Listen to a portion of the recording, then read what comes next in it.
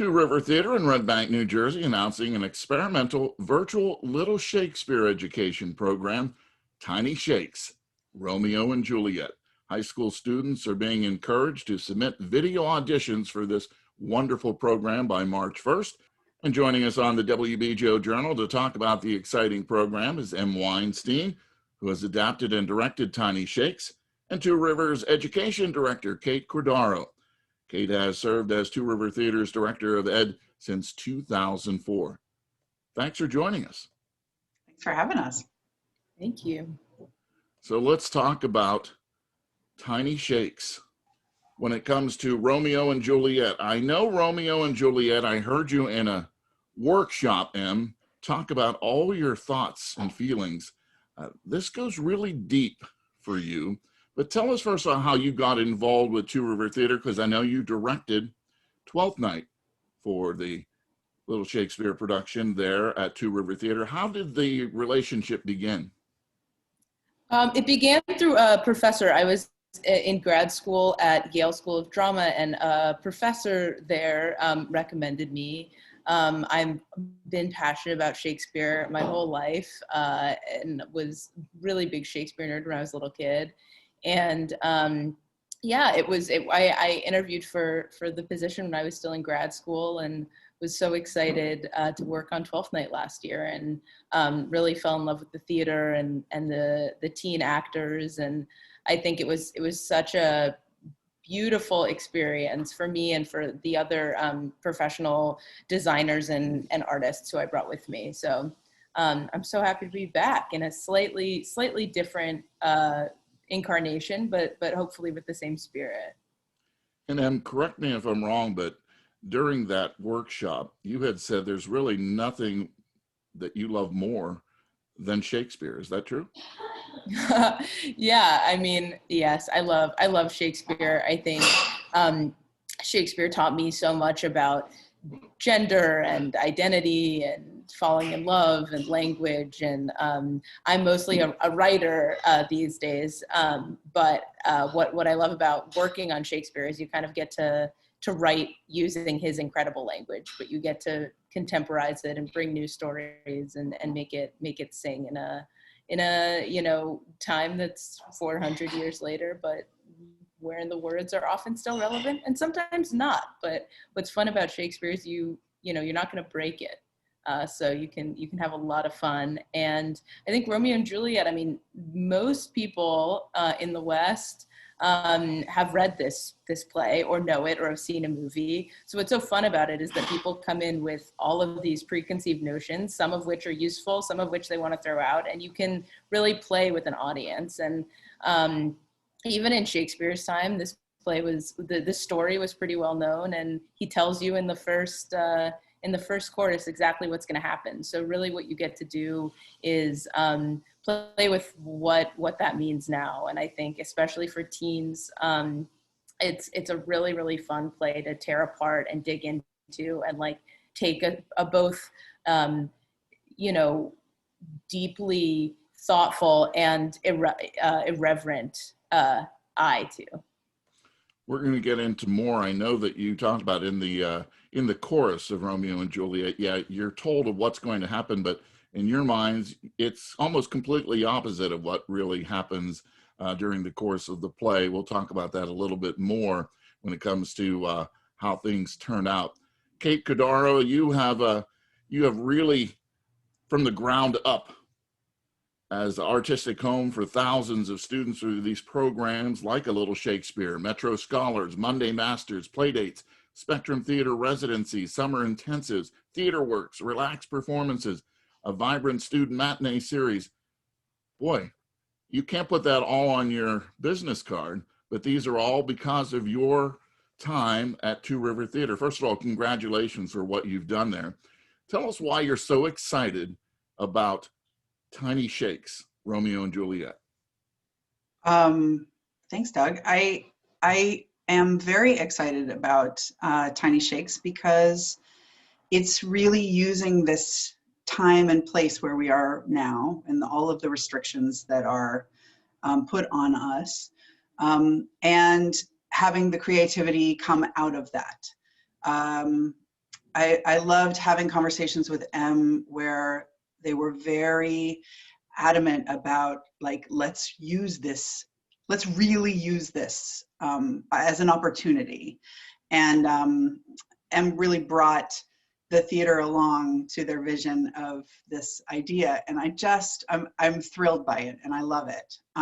Because usually a Little Shakespeare, it's a 75-minute cut of a Shakespeare play, which is directed and designed by theater professionals and performed and supported backstage by high school students. And so we've done this model for 7 years, either in our black box theater or in our main stage theater, in the Recknitz theater. And so being able to use this time where we can't gather and change it completely, like just break it and build it into something completely new, is just kind of thrilling. And we're all looking for inspiration these days, aren't we? Like, this is the first thing this season that I've gotten really, really excited about. So I'm just thrilled to see how it's all gonna shake out. And Em, it's going to be students' involvement, student ideas, student creations that will help shape your vision for Romeo and Juliet. Yeah, we're all gonna make it together. We're gonna figure out what it is, as a group, which is often how theater was made way back in Shakespeare's time, and has been, in sort of devised processes recently in contemporary theater. And really, I hope that it feels like this beautiful, big, really fun collage that doesn't feel like, your homework, Romeo and Juliet. Feels like something that feels relevant and fresh. And so we're gonna work on video creation, and people can write songs, and we're gonna have graphic design elements, and it's gonna be a completely different virtual experience of Romeo and Juliet that doesn't necessarily look like a play, but might look like a whole bunch of other things, which is super exciting. And I think Shakespeare would have liked it too. Is there a possibility that this version of Romeo and Juliet, because it's coming from students who are experiencing the most difficult times maybe that teenagers have faced in quite some time, both with COVID and social justice matters and things like that, could we see COVID in Romeo and Juliet? Anything is possible. Anything is possible. I think that could very much be the case. But I also could imagine a world in which no one wants to talk about COVID and everyone wants to pretend that it's, $15.99. So I think I'm really excited to hear sort of where the students are experiencing heartache and experiencing joy, and really dig into what feels exciting and relevant to them. So, but yeah, it could all be there. But I'm trying not to have too many notions before I meet this amazing group of people who are gonna make it happen. Kate, since you've been working with teens for so long, you kind of have a sense, I'm sure, where they may be headed in this virtual world. How difficult has it been for you as an educator during COVID? It's, we're all just reinventing everything. And so, the usual ways of getting people's attention don't necessarily work. And the usual ways of engaging are out the window. So as educators, we have to make stuff up all the time anyway. We have to be able to go into a room with a complete plan and read that room and see where the kids are and be ready to just throw everything out because you already have a plan B and a plan C and a plan D. So you have to be able to be nimble. I mean, it's tough, but I mean, I'm not an educator who has been working with kids every day, and hats off to them, because wow, I have a 10-year-old kid. I know how difficult it is for kids to sit and focus and learn in this way, but teachers are making it happen. And so in any way that we can, bring in the arts in this weird and wonderful way, I'm all for it. You know, I have to uh, ask you too, when it comes to, you've been involved with all these programs, but there was a time, and still Kate Cordaro was an actress herself in many things. And I know that you hold Romeo and Juliet dear to your heart and some roles that you tell us about that connection, and which brings even more excitement, I'm sure, to Tiny Shakes. Yeah, Romeo and Juliet, I was a play that I did when I was at NYU. I was Benfolio. And then we, after school was over, we toured all over the East Coast to schools and did Romeo and Juliet and again Benvolio. And then this past fall, Two River staff is filled with people who have been artists and who have been actors, and John Diaz, our artistic director, has formed the Two River Players, made up of Two River staff, and we are doing readings, and I was the nurse this past fall, so that was very fun. Yeah, that's that's the extent of my R&J resume. Kate, I'm sure you're aware Two River Theater in Red Bank is near and dear to my heart, having done several on-stage interviews when it comes to several of the productions there, and just unbelievable people who work at Two River Theater. Now, Em, with an MFA from Yale School of Drama, you directed a Little Shakespeare production of Twelfth Night at Two River Theater. How does this help you? You kind of know the landscape of the stage, but now it's a virtual thing, so it's a little different for you. So how have you been able to adjust, and what are you looking forward to most about Tiny Shakes? Yeah, well, I've worked a lot as a filmmaker. I've made a couple of short films, and I'm now working on a TV show that I'm writing. So I feel like I sort of live in both theater and TV/film. And so what's really exciting about this is kind of getting to bring that all together and find a way to make something that feels very alive and very theatrical, but using sort of the tools that I often use in television and film. So I'm really, really excited to see how we can bring this play to life on screen. And also, I'm just excited to sort of tear it apart and see what feels relevant, because I think, I actually directed Romeo and Juliet at Yale School of Drama, an all-female production of it, which was a lot of fun. And my feelings about the play then, are completely different than my feelings about the play now. And I think that's what's so fun about theater, in which we revive these plays that have been done over and over again, is there's always a new light to shed. And so I'm just really excited about what feels new about the play, and what excites the students and the actors about it, and what they bring forth from it. Because yeah, I could lecture on my feelings about Romeo and Juliet all day, but I feel like what I love about Shakespeare is that I learned something totally new and a completely new angle with which to frame it. So yeah, I couldn't be more excited to get started and to bring in these amazing young collaborators.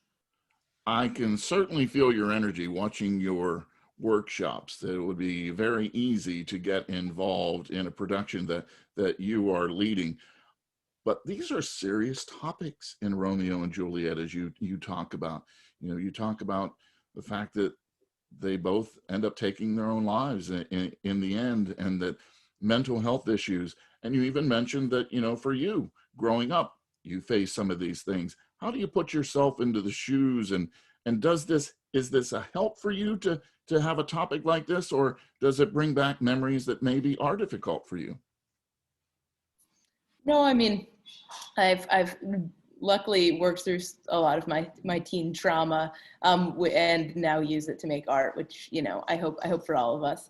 But I think in a lot of ways, Romeo and Juliet can be a dangerous play for teens if it's done poorly. Like, I think it can actually really glorify suicide in a way that I don't think Shakespeare intended at all. And what you mentioned about my thoughts on the chorus is, he tells you at the beginning that this is all fate, and that these two young people were star-crossed lovers, who were destined to die. So sit back and watch 2 hours, like fate work its magic. And then what you actually see is a whole bunch of like adult failings and poor decisions and miscommunication and like human pain and error, that then you wind up watching these 2 kids take their lives. And I think Shakespeare wants you to be pretty angry and to be like, wait, what? That shouldn't have happened. There's nothing romantic about that. That is just plain tragic and pathetic and preventable.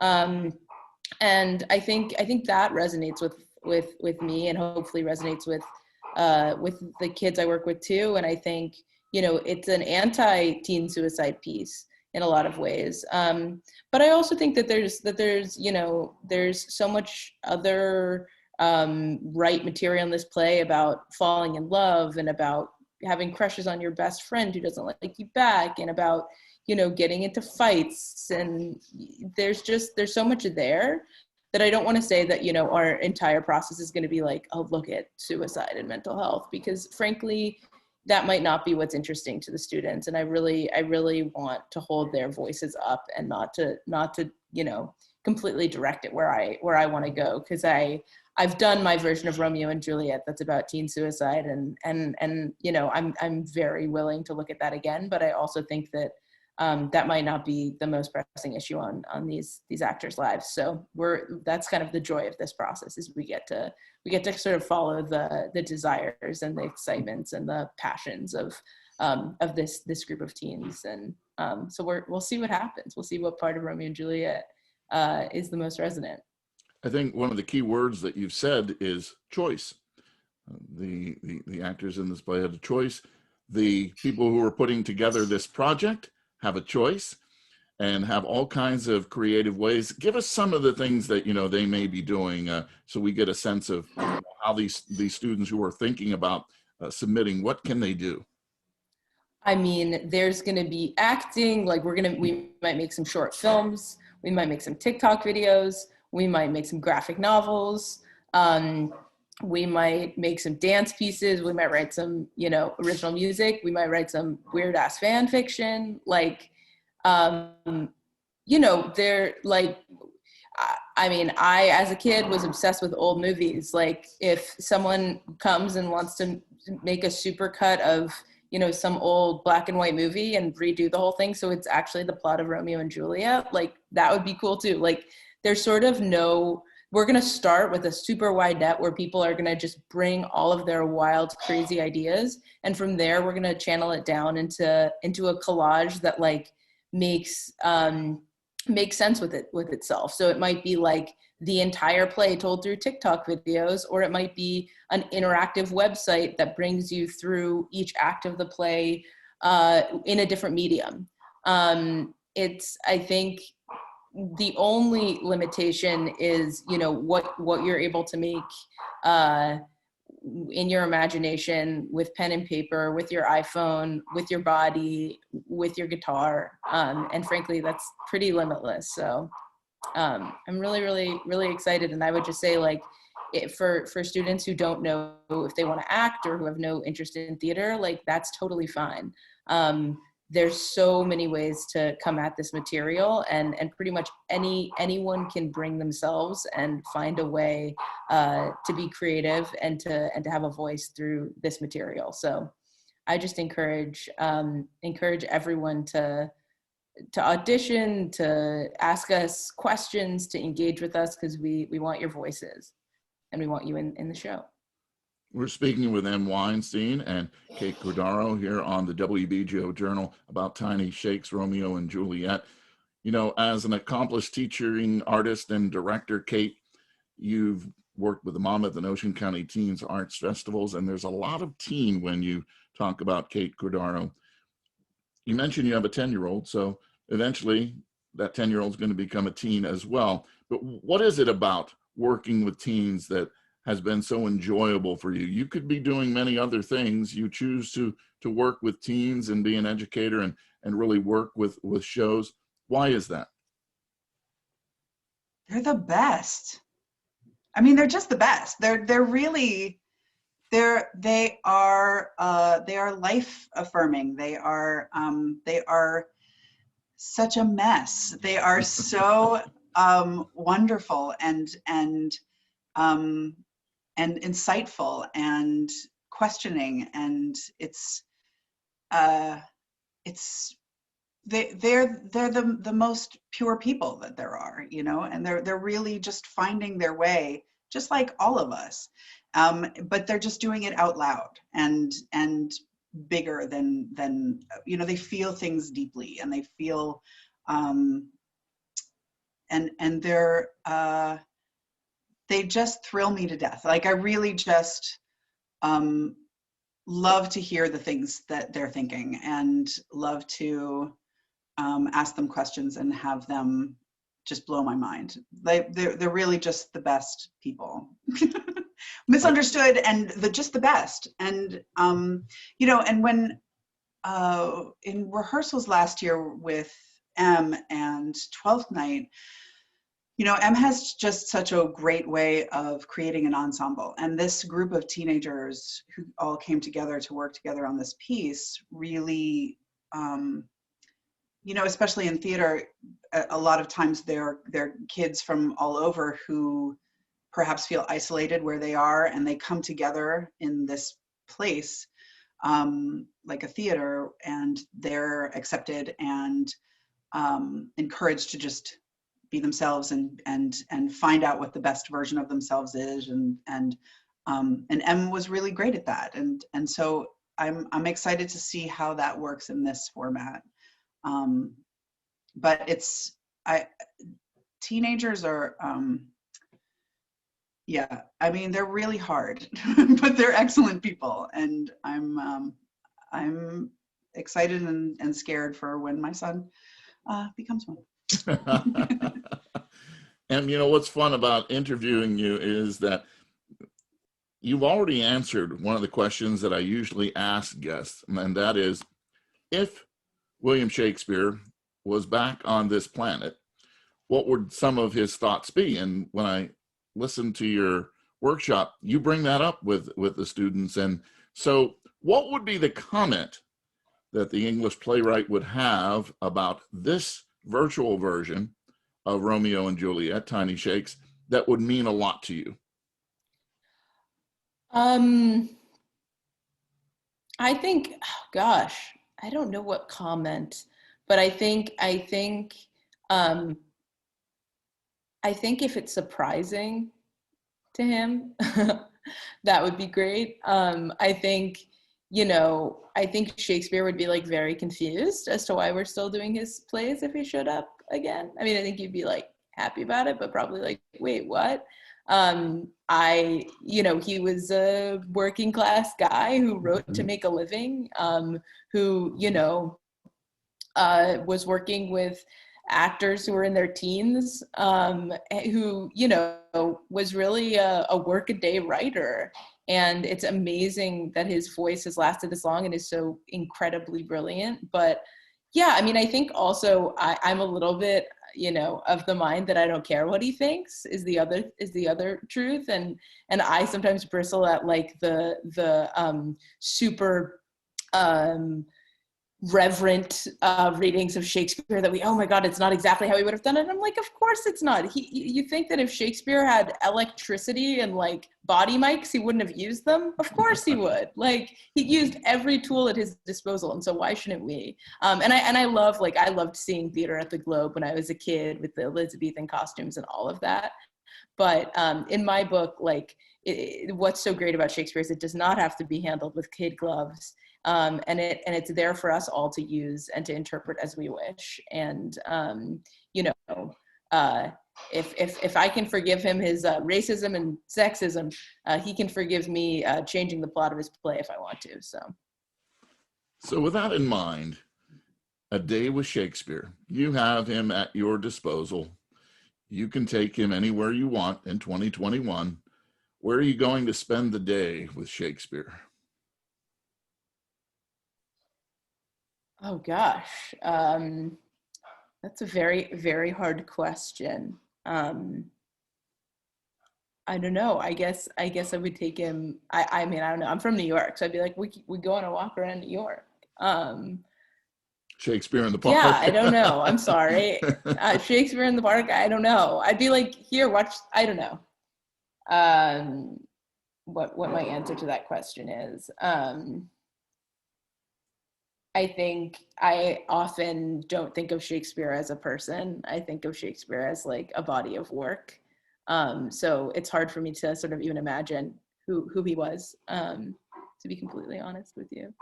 But I will think about that. And if I have a better answer, I will let you know.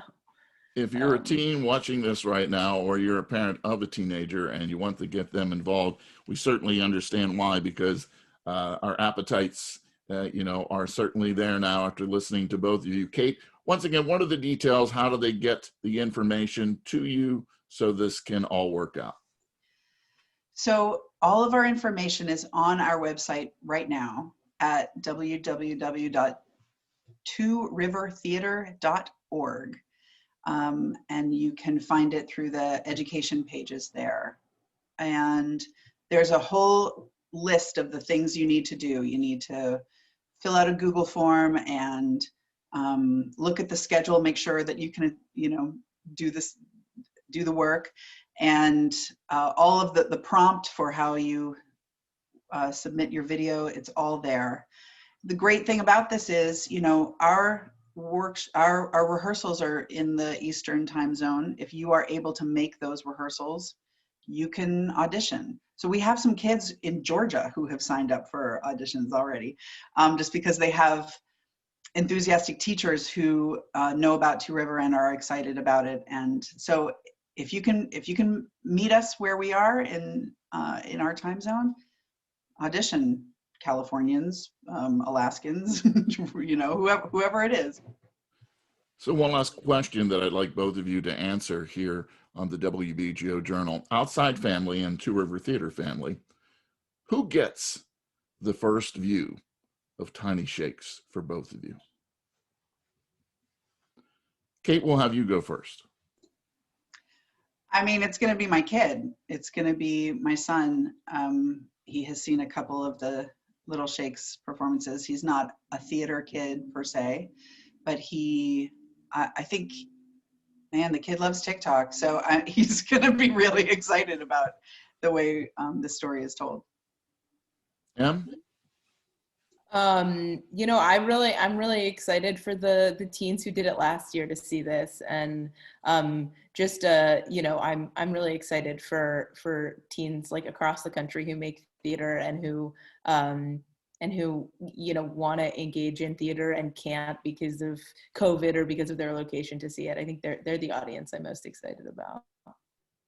I can't let you go, Em. When you're working on this television show, if you're looking for an overweight news director who's a little bit bald and has some hair on his chin, I know someone that you could contact, and he'd be thrilled to be a part of what you're doing. Oh, that's amazing! Thank you. I will definitely keep that in mind as we're writing. Congratulations to both of you for Tiny Thank Shakes, you. and we'll get the word out, and we look forward to the actual virtual production. Thanks for joining us. Thank you. Thank you so much, Doug.